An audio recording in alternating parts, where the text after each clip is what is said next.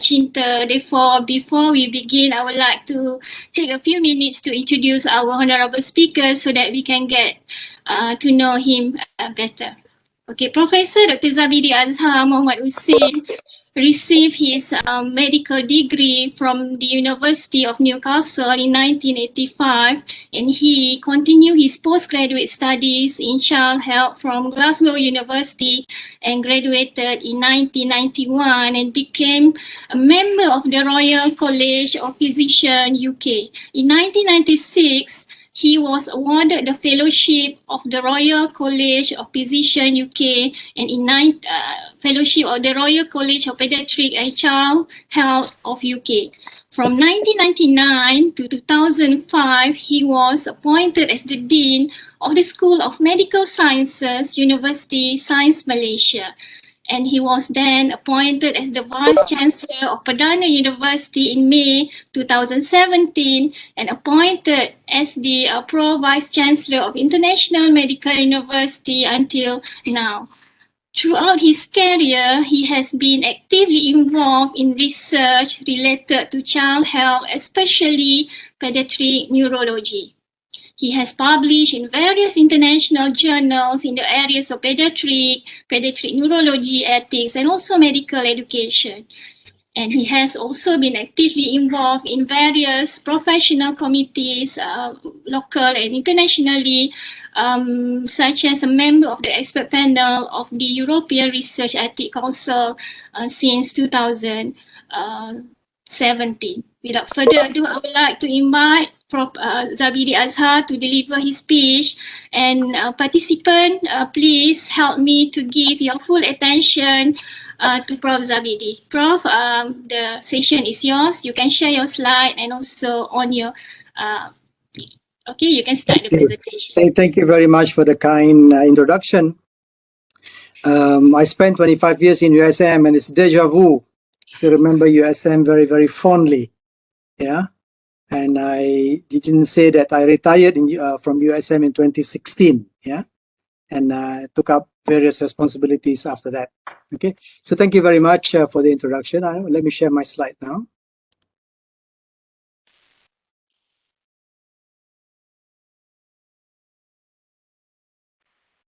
Can you see the slide? Yes, Prof. Okay, thank you very much again. So, like has been mentioned, most of us spend a lot of time in our undergraduate days, and the pressure of undergraduate will be overwhelming. And my own son told me that lepas habis undergraduate ni, I'm not going to go to postgraduate again ever, you know, because of the such pressure being put on him during the undergraduate days. So what I'm going to tell you, and I hope you'll be convinced by the end of the day. Okay, so look at the number of new doctorate degree holders in South Korea from 2014 to 2020. In 2020, those under the age of 30 and having a doctorate degree holder is like, you can see that, yeah, and and so on. And they have even people over 50 years old, who are still energetic enough to do a doctorate degree in South Korea. You can see here, you can see the same thing again, the number of doctorate graduates in US, Germany, UK, India, Japan, and so on. And Indonesia also has a big number of the graduate doctors, and Turkey as well.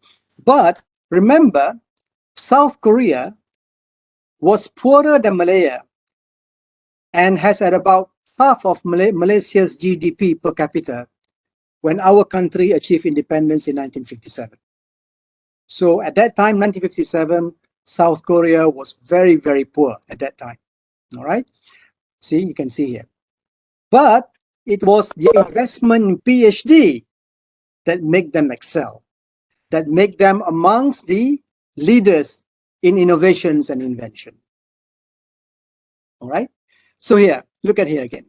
Countries with the most patent granted per capita. Top on the list is Japan, yeah, and Switzerland, and you can see South Korea on the list. All right. And this was in 2010. This was in 2010.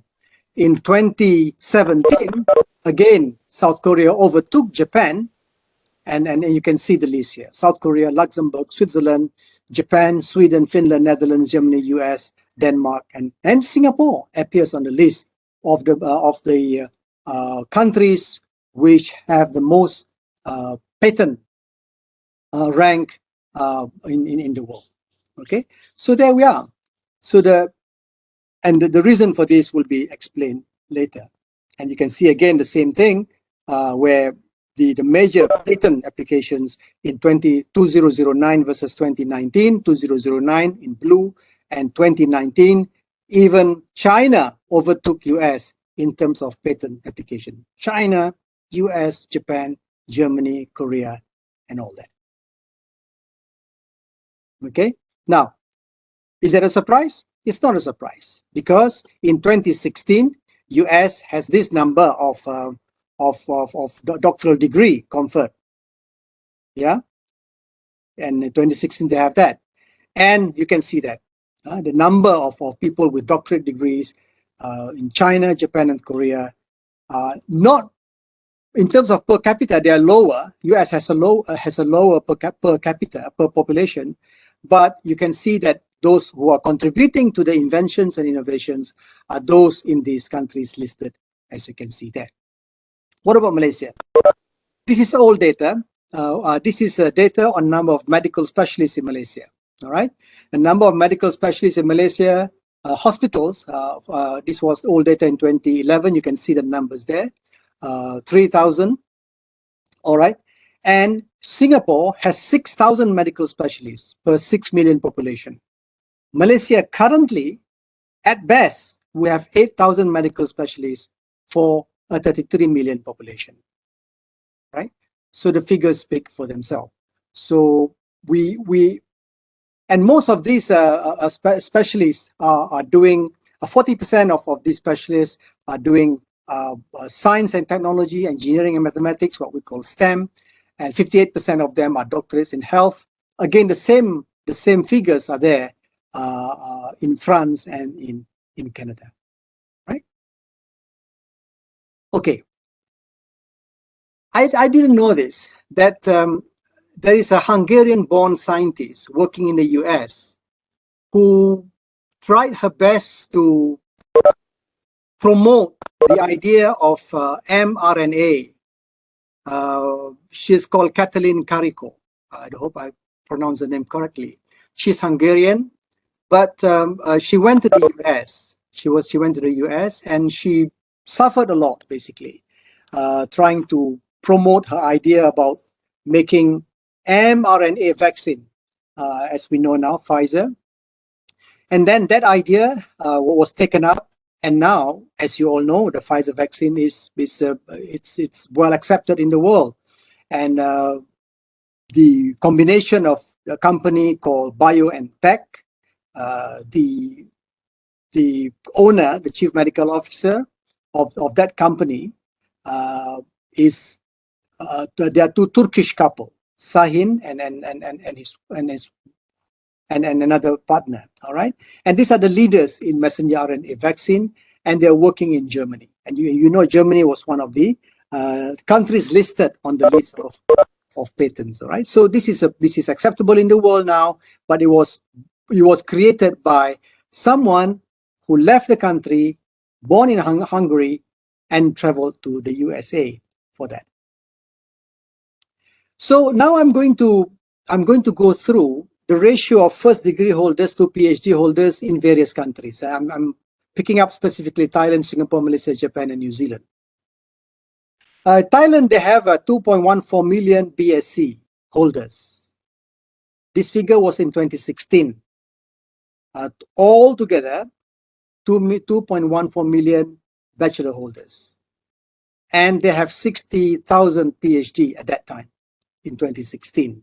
So the ratio of PhD to BSc is 35:1. Singapore, 19,173 BSc holders, 10,908 PhD, 8:1. Malaysia, 5.2 million in 2016 BSc holders, 23,000 PhD, 230 PhD to 1, and Japan, as you can see there, 133 to 1, and New Zealand 34 to 1, right? So there is no brainer then, there is no surprise then that Singapore, with all the patents and invention, there is no surprise that Japan has all the patents and inventions. Okay, so really, I don't think you're convinced yet at the moment, but I hope at the end of this talk you will be convinced. And many of these students, many of the students in the US, there are half of them, 53% of international students in the US came from China and India. 35% from China, India 18%. And chances are that they got their PhD in China, in the USA, and chances are that they stay there in the US and creating inventions for the US country, for the US, all right? Okay, here are the number of international students in the USA, big numbers from China, followed by India, followed by South Korea, Saudi Arabia, and so on. Malaysia is dwindling, all right? We only have almost 7,000 Malaysians in the country, in the USA. Hopefully they are contributing to the creations of patents and innovations in the USA. Similarly, the Malaysian populations in the UK universities as well. This is the data on Malaysian in the top 30 UK universities, going down from 2015, going down, all right? I don't know what's the reason for this. Maybe it's funding, maybe it's scholarship, I don't know. But as versus the total Malaysian students in the top 30 UK universities, and versus total Malaysian student population is also dwindling. So without access, without experience in the advanced countries, I feel that we will continue not to do well in our innovation efforts, in our creativity, and in our patent. Okay, so this is a very busy slide. You can see here the higher education in Southeast Asia, and you can see that the higher education these are the number of students in all the higher education and so on. But my point when I show this slide, I'm trying to show you that not many of these students, we only have 6,000 students in the US, we only have a few thousand students in the UK. But these are the countries that will give you ideas to continue to innovate and to create, all right? And clearly, there is no surprise that students who do PhDs and so on in the advanced countries will tend to stay in the advanced countries because they earn 55% more, 56% more, and they're more likely to be employed when they are based overseas, all right? When they're based overseas. But also, I can tell you that the PhD degree, the postgraduate degree, there are a certain percentage of these students who suffer from depression. I have some data produced by Nature on the number of students pursuing postgraduate degrees who have depression, and without proper support, they might just quit the course because of that issue, all right? Okay, this is a study published by Nature in 2019. A Nature survey of more than 6,000 graduate students revealed the turbulent nature of doctoral research. Overall, what do you enjoy most about life as a PhD student? Clearly, the intellectual challenge scores first. The intellectual challenge, the interaction with your supervisors, the ideas that you give and the supervisors give, and you come to an agreement of the ideas. That's very good. The chance to work with interesting and bright people in an academic environment, the chance to be creative, all right, and a chance to consider professional options in your career, and so on, all right. But you can see here the social life here scores 1% of the number of 6,000 graduate students who were surveyed during this, all right. And you can see, I can give some more details later on, because clearly the number of hours that you spend make you over over stress, and the hours in the lab, and especially have taken a toll on the PhD students' well-being and mental health. All right, you can see here the number of hours per week. This per week, yeah. A lot of 76% of respondents were working more than 41 hours per week, and the family will be disrupted. There are some who even work more than 80 hours per week pursuing their PhD. All right, and it's nobody's surprise that 36% of the respondents have sought help for anxiety or depression caused by these PhD studies, and 1/3 of them sought help from places other than their institutions, and 18% sought help at their institution, but they did not feel supported. Right? It's a very, very stressful event. I have not done PhD myself, but my experience of doing the fellowship, of trying to sit for the membership of Royal College of Pediatric and Child Health is really very, very stressful. I almost gave up because of that stress, such a stress on the clinical expectation. Okay. All right. So the WHO identified a number of mental issues amongst graduate students. Some of them were showing signs of mental disorders, major depression, general anxiety, and so on. The undergraduate students also had similar issues, and these are the issues that we need to take care of. And I think institutions should be aware of that. Institutions should not just say that be brave, be tough, and so on. Institutions should make sure that there is enough system to make sure that the postgraduate students are well looked after, especially in terms of their stressful events, right? This is a quotation from a real life experience of a PhD student in chemistry in California. All right, this person came from China, wanting to do a PhD in California, and the thought was all I would need to worry was about science. All right, and that was the thinking. Okay, I come here, I want to learn science, I want to learn from people. But I found that that you have to worry about having a good relationship with other people in your lab, with communicating your science to other people. And I also experienced this. I was in the UK for more than 13 years, and I realized that when you have difficulty talking, when your slang is not the same as others, people tend to belittle you. People tend not to understand you. People tend not to believe in your ideas and so on. And it's the same thing. Communicating with people in the lab, communicating your science to other people, although your brain power is probably the same, but when you have difficulty expressing it, others will feel that, okay, ignore him. All right. So that's just a lot more to think than just doing your experiments. And it's really hitting me. She says that I have to publish and graduate. I can't expect to take a month off, so I've not been able to visit home, and only add to the pressure of the PhD. So these are the realities of real life experience from people in the US. All right. And some of them experience discrimination and harassment in the PhD program. Some people prefer not to say whether they have been harassed, but 21%, almost a fifth of them, say that yes, they have been harassed. They have been harassed through gender discrimination.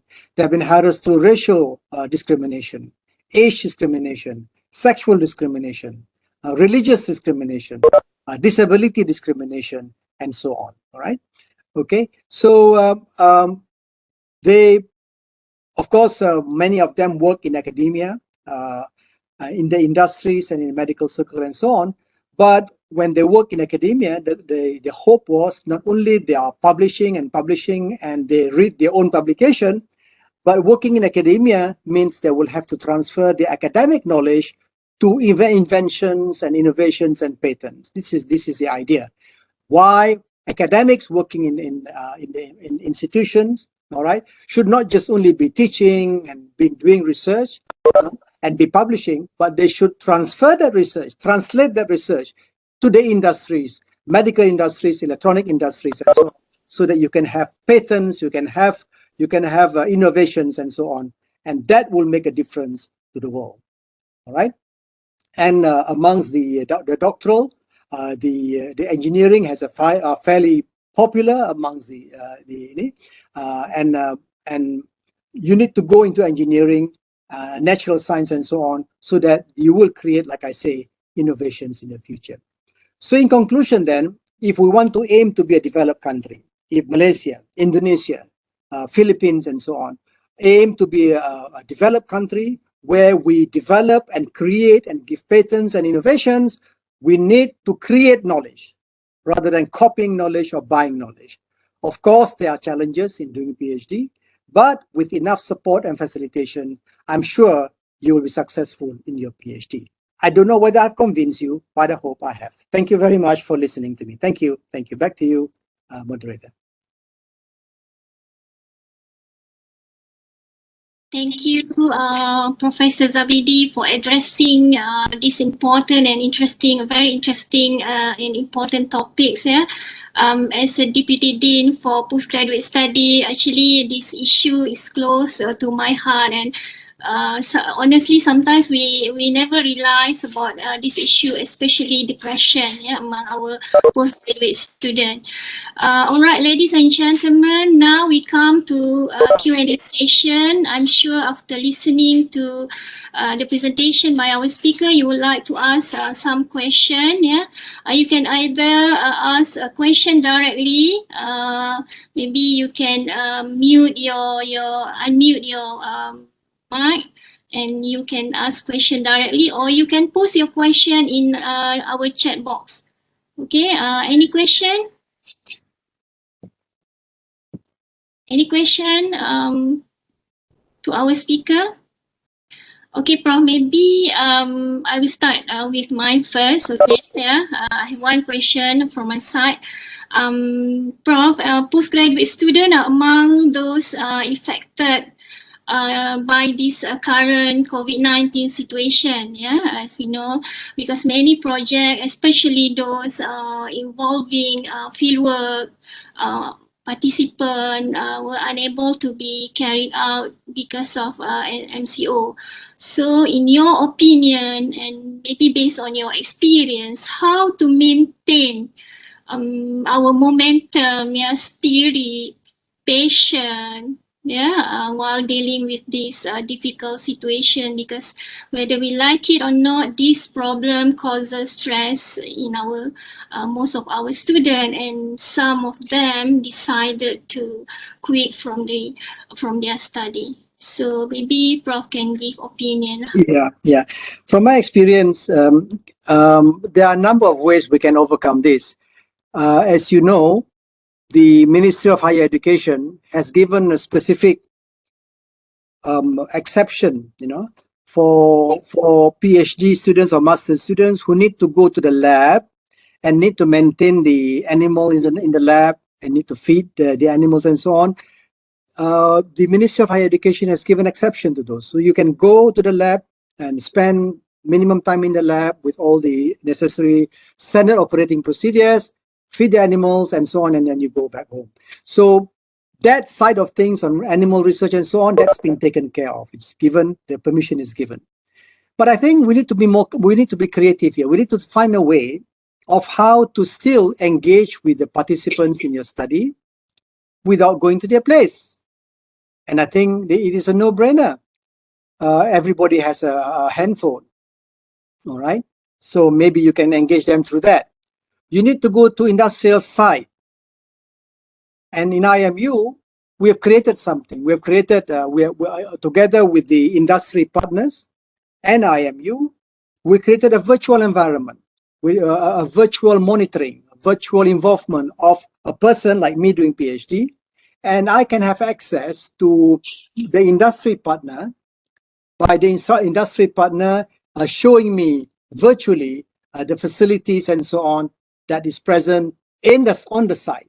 And the same thing we're doing now with the family medicine program, with the other industrial partners that we have, all right? Pharmacy partners, pharmacy industries, and so on. So I think rather than just saying that, okay, I can't go there, I don't have the means to go there, I think these are the means that you can do. If there's nothing at the moment there's no existing equipment to do it, create it. Be thinking out of the box and create such facilities. I happen to be a member of the Greater Klang Valley Task Force for Frontliners, all right? And the most of the pressure on COVID now happens in Klang Valley, as you know, especially in the Maebs in Serdang. And we went there a few times and see that there are rooms for innovation here. There are rooms for innovation. There is a room for creating a big room where when someone has overstress, when the health worker is overstressed, rather than speaking on a laptop where the image is not the same, we make it a virtual environment, a bigger image in the room where the counselor engage the person face to face through a more enhanced figures, all right, rather than a small picture on the internet, right? So these are the things that you can do, but janjinya jangan, don't give up. Just think outside the box, and I think I love to think outside the box, but I suffer because of that, because sometimes people say, oh, your thinking is too much out of the box, just keep it within, all right? I don't mind that, but I think we should really not give up and think of more and more strategies to make sure that we don't give up, all right? Thank you. Okay, thank you, Prof, for your answer. Now, we have one question in the chat box, okay, from Dr. Wan Izumi. The question is, does university ranking number truly reflects the standard of education provided by the university? Truly reflect, yeah. I mean, as you know, the ranking is based on certain criteria, all right? Certain criteria. Yeah, it is not bad. It is not bad for the purpose of, it makes the universities try their best to achieve the ranking. When you want to have the same ranking as Harvard, for example, you will follow what Harvard does. And by following what Harvard does, it means that your standard should be equal or almost equal to Harvard, for example. So you make all your parameters of assessment very similar to established universities. That's good. That is good, all right? But there are certain elements that universities, that the ranking do not cover. But increasingly now that the various ranking now consider how much staff and students spend in the community, for example. I mean, that is coming in again, and so on. But I think overall ranking is good. Overall ranking is good. Ranking is based on clear set criteria, and to match that criteria, you have to match criteria of the best universities. So I am not against ranking, but I am against ranking being the sole criteria for making judgments. All right, because if ranking becomes the sole criteria, then publications will be number one. All right, and you have people who will just be publishing and publishing without any participation in the community. All right, because currently the number of lecturers and PhD students who publish is one of the biggest criteria of ranking. All right, this and publishing in tier 1 and tier 2 journals being given great appreciation, and that is risking the other involvement of our students. All right, it also risks getting our lecturers to be obsessed with publication and not getting themselves on the ground involving in the community. That is my view. Okay, Prof. Another question is how the publication affects the ranking of one university. Publication is very important. Still publication. Yeah, publication is very important, clearly. But more and more now, people are talking about you are publishing in tier 1, tier 2, the Q1, Q2 ranked journal. How do you translate that publication to a language which is understandable to the public?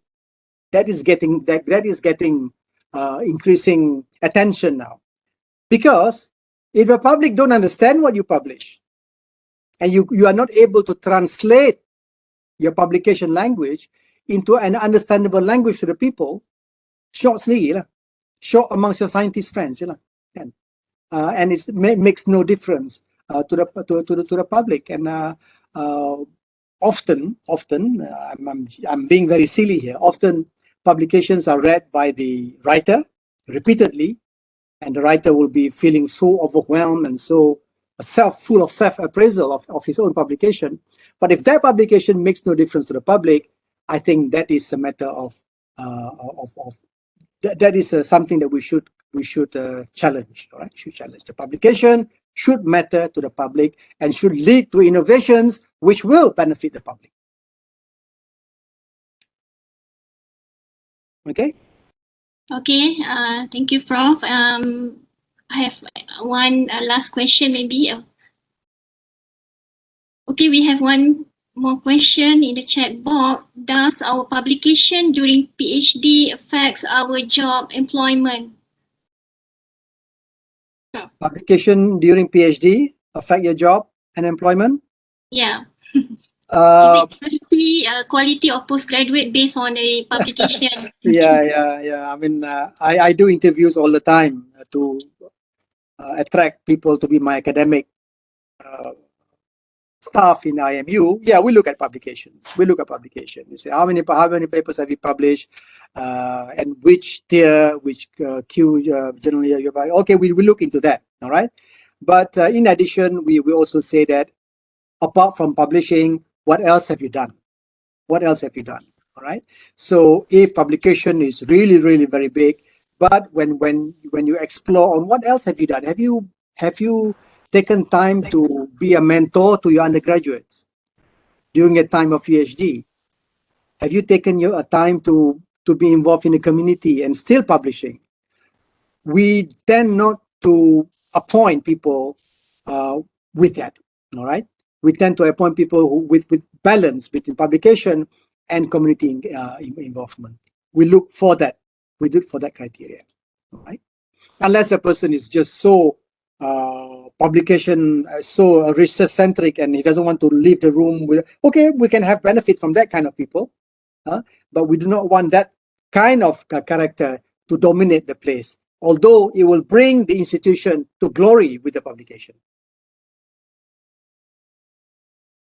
Okay, Prof. Thank you. Any more questions from the participants? Yes. Okay, yeah. Assalamualaikum. Warahmatullahi wabarakatuh, Prof. Please introduce yourself. My name is Mohd Nazir.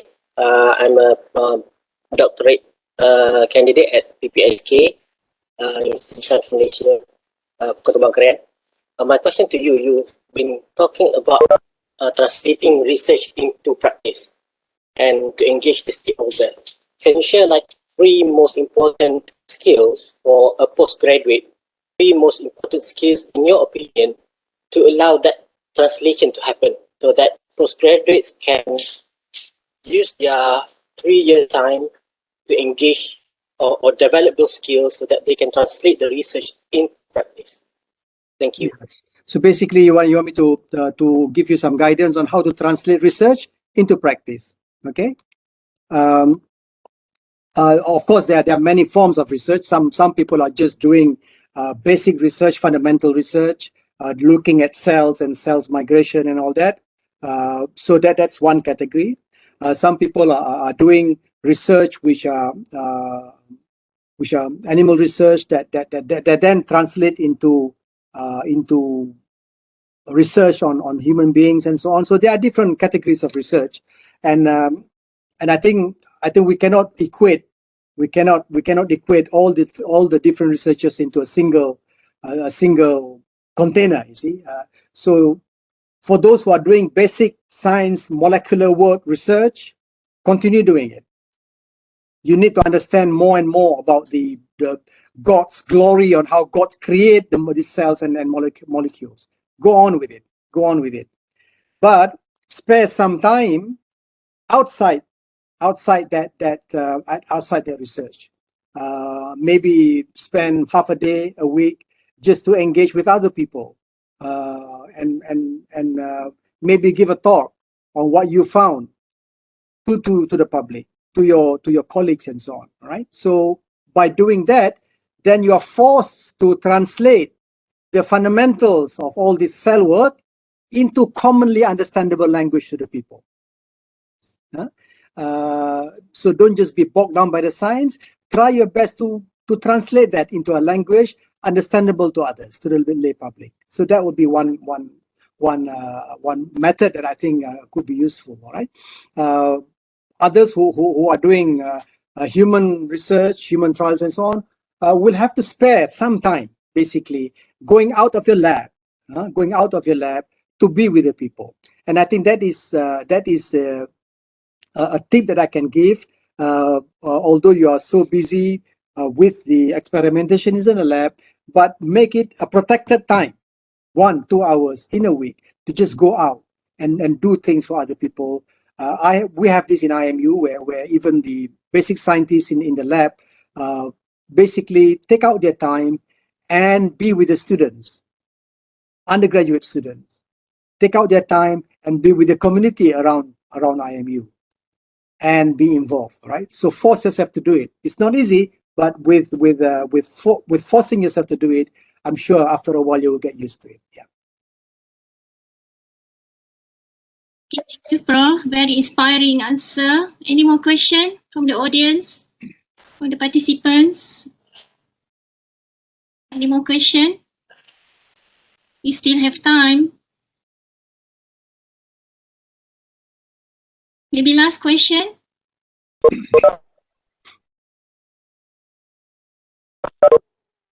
Anybody want to ask? Because it's difficult to get our speaker. He's very busy. Yeah.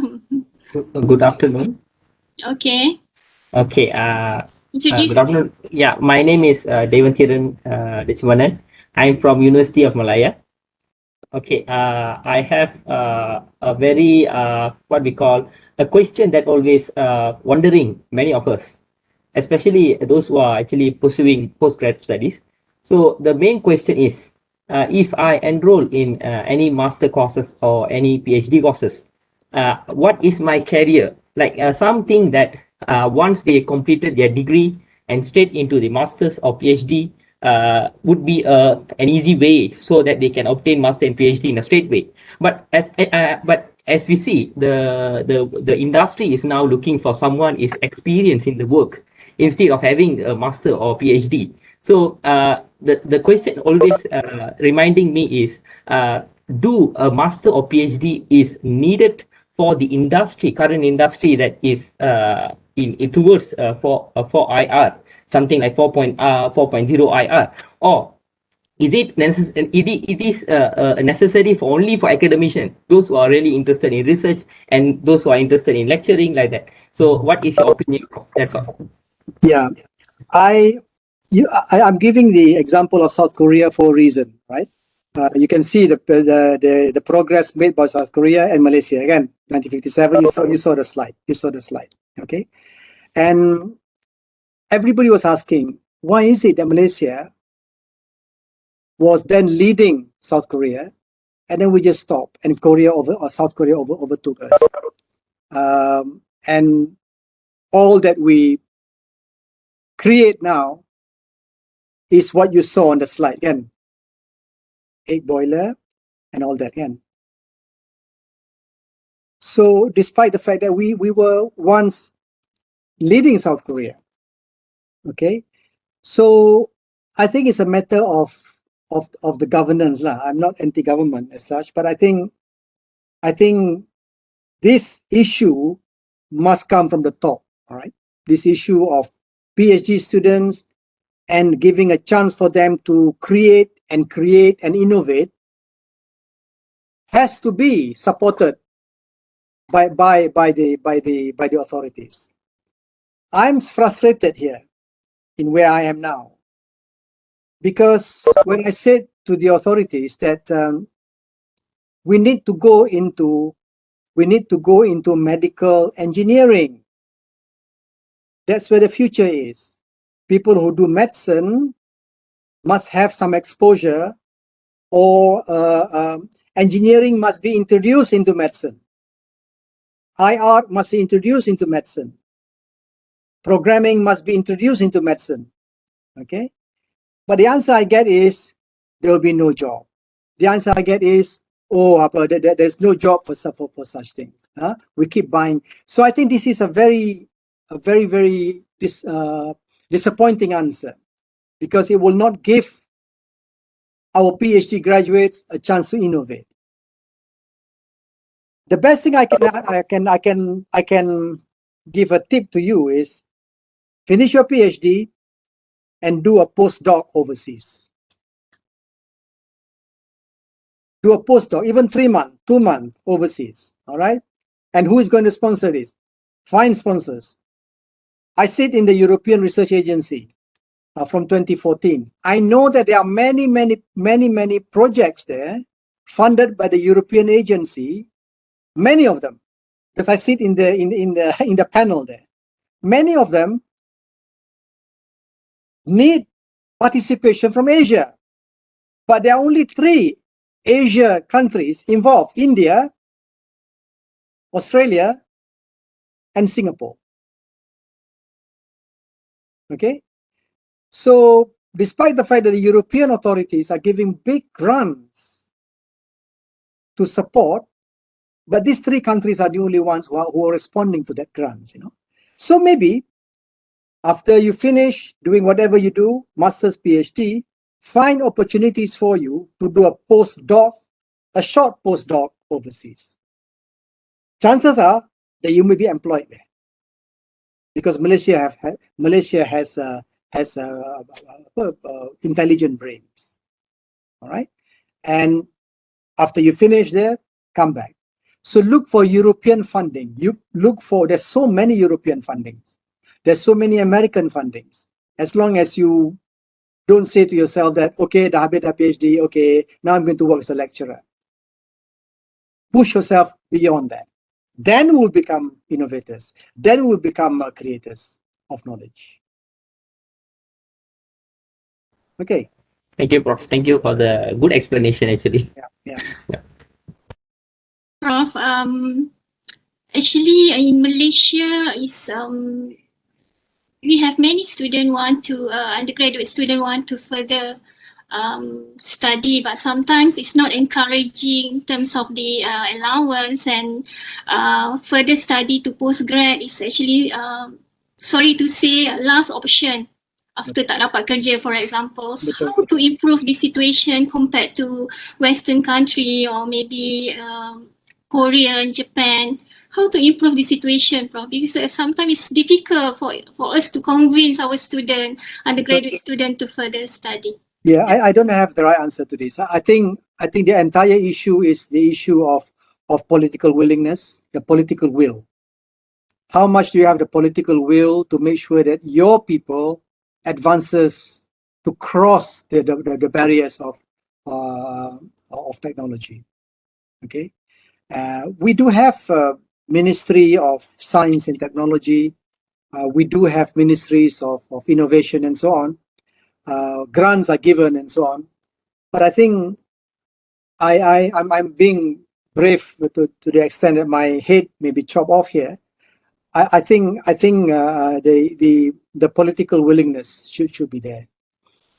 Otherwise, we'll be famous for exporting our brains to overseas. We're already hearing it now. Medical doctors trained in Ireland are now being poached, and the word is poached, to work in Singapore. There's so many government-sponsored medical doctors in Ireland who are now being pulled away to Singapore to work. Because if they come back, there will be a contract doctor. And the contract doctor's future is uncertain. Number one is the political will. And a stable government, of course. Say no more, yeah? Okay, Prof. Thank you very much, for your explanation, sharing, ladies and gentlemen, finally, we come to the end of the session, Thank you again to our speaker for sharing very interesting and relevant topics with us today. What we can conclude from his talk this afternoon is that postgraduate education is important not only for obtaining a degree, but also for fostering new innovation, knowledge, and also friendship. But stress caused by this education should be identified early and addressed appropriately to avoid unintended consequences. Okay, hopefully the talk and the discussion will be beneficial to everyone. Thank you for your attention. Okay, Prof, terima kasih daun keladi. Maybe we can invite Prof lagi to continue the discussion. Yeah, anytime, USM, anytime. My heart is with USM. Yes. Yeah, okay, I know, yeah. USM di hati. Assalamualaikum warahmatullahi wabarakatuh. Waalaikumsalam. Okay, now I Thank you. pass over the session to our MC. Thank you. Can I leave now? Okay, Prof, yeah. Thank you. Bye-bye. Bye. Thank you, Yang Berbahagia Profesor Dr. Zabidi Azhar Muhammad Hussin and Associate Professor Dr. Rafia. It was a very precise and relevant sharing session. I'm sure all of us in this room can relate to the topic presented. On behalf of the APTES committee, I would like to apologize for the technical issue this time. Sorry, Yang Berbahagia Professor Dr. Zabidi and the moderator Associate Professor Dr. Rafia. Sorry. No worries. It happens. Thank you, Okay, Dr. thank I was Zabidi. talking to myself for 3 minutes already. Sorry. All right then. Bye-bye. Bye. Yeah. Thank you, Dr. Zabidi. Goodbye and have a Thank good you, day. Lisa. Back to you. Yeah. Thank you, Dr. Rafia. Ladies and gentlemen, after the speeches given by our keynote and plenary speakers, now it's the time for all of the participants to get ready for the research presentation. The parallel oral presentation session will begin at 3:30 p.m. sharp. All presenters kindly proceed to the respective room via the link provided, and please do not be late. We kindly request you to fill in a feedback form for the plenary session via the link provided in the chat box. Thank you and see you all soon. As a reminder, Room 1, Medical and Health Sciences, Clinical Research. Room 2, Medical and Health Sciences in Community Study. Room 3, Medical and Health Sciences in Molecular and Cellular Biology, Biochemistry, Microbiology, Immunology, and Genetics. Room 4, Forensic Science. Room 5, Food and Nutrition. Ladies and gentlemen, for the poster paper session, you are welcome to view, comment, and like via the link provided in the chat box. The top 8 posters will be announced via WhatsApp. Thank you and all the best for all the presentations. For others, we will see you tomorrow.